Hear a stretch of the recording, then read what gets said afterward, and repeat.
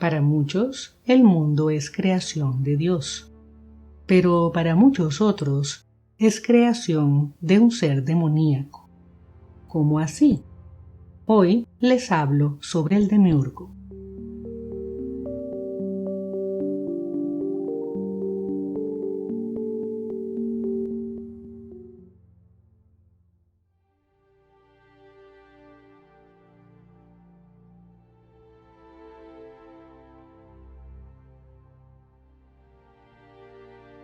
La palabra demiurgo viene del griego antiguo demiurgos, que significa originalmente artesano o artífice, pero que luego fue utilizada en los círculos platónicos y neoplatónicos para designar a un creador, un ente o energía creadora que, según sus planteamientos, se había encargado de darle contenido material a las ideas, que son, en la filosofía platónica, lo real.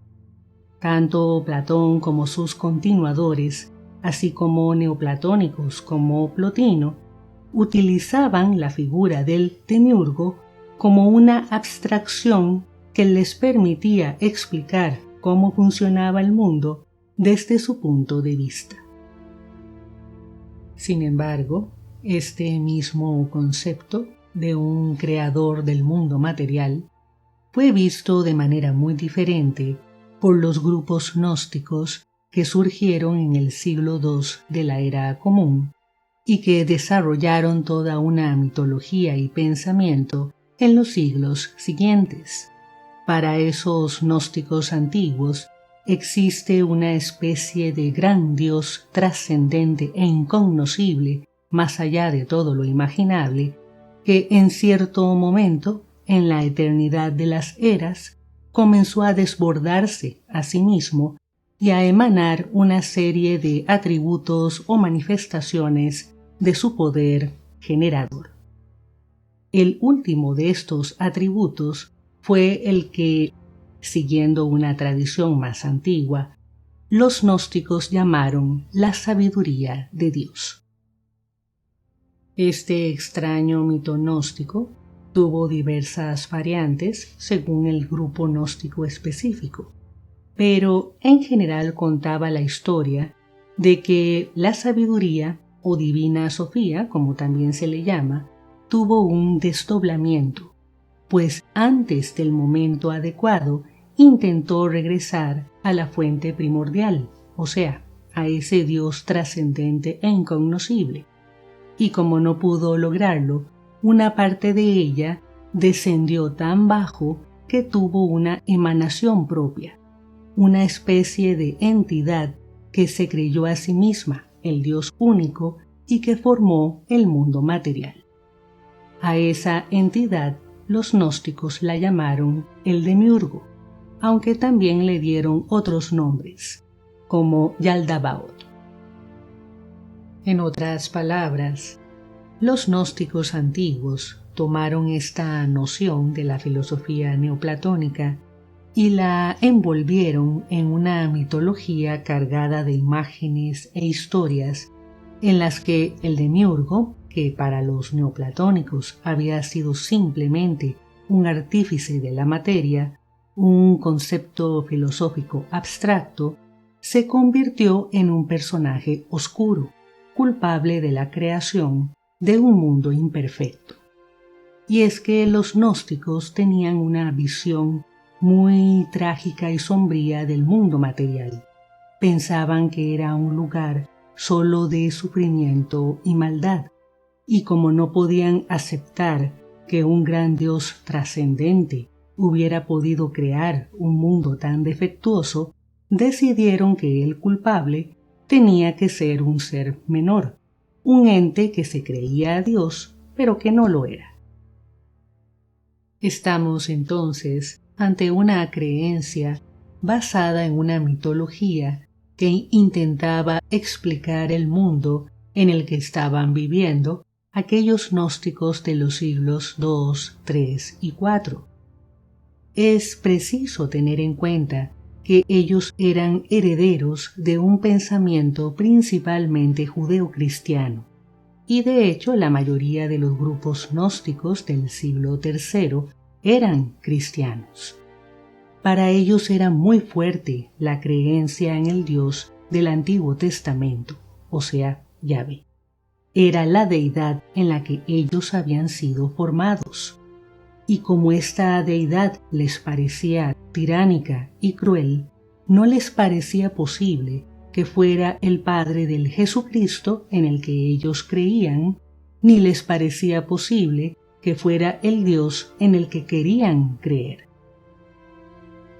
Por esta razón, para muchos gnósticos de aquellos lejanos tiempos, el demiurgo no solo era un personaje sombrío, sino también un obstáculo para la salvación de la humanidad. Algunos gnósticos, como Valentino, pensaban que el demiurgo era ignorante, no malvado, pero muchos otros grupos gnósticos lo asociaron directamente al mal, a la manipulación y a la crueldad.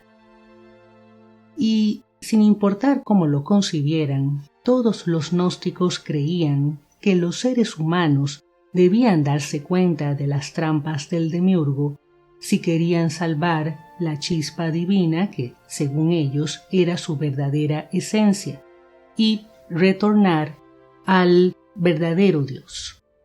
Y es que, según todos ellos, el demiurgo había creado el mundo material para mantener atrapadas esas chispas divinas. En la actualidad, existen grupos que se consideran a sí mismos gnósticos y que siguen sosteniendo la misma mitología y las mismas creencias. Para ellos, el demiurgo no es una noción filosófica abstracta, sino que es un personaje real, culpable de los defectos del mundo material y principal carcelero de la humanidad. Estos gnósticos modernos asocian al demiurgo a Yahvé e insisten en que Yahvé es un falso dios, un ser cruel. Al mismo tiempo, y demostrando una supina ignorancia sobre la historia del nombre de Yahvé, existen muchos gnósticos modernos que diferencian a Jehová de Yahvé. Creen que Jehová es el Dios verdadero y que Yahvé es el demiurgo. Esto, por supuesto, es erróneo, como bien lo expliqué en el programa sobre Yahvé. El caso es que la creencia en el demiurgo no es más que otra forma de explicar o intentar explicar lo que funciona mal en el mundo a través de una figura sobrenatural malvada que oprime a la humanidad. Es una manera de liberar de responsabilidades a los seres humanos con respecto a sus decisiones y acciones dañinas. Según esta creencia, resulta que no es culpa de los seres humanos que haya violencia y sufrimiento en el mundo, sino que es culpa de una entidad sobrenatural. O sea, se trata más o menos de la misma estrategia de los cristianos, que achacan a Satanás todos los males que los propios seres humanos crean.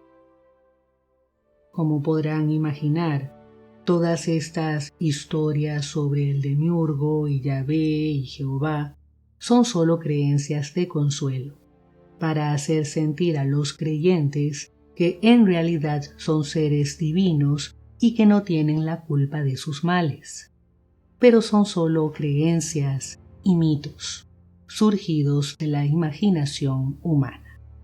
Ni hay demiurgo, ni hay Satanás, ni tampoco Dios verdadero. Y sí, somos responsables de las decisiones y acciones que emprendemos. Así que si el mundo no funciona bien para la humanidad, es responsabilidad de la humanidad corregir sus propias faltas y dejar de estar buscando culpables en seres imaginarios. Y ahí se los dejo. Hasta la próxima.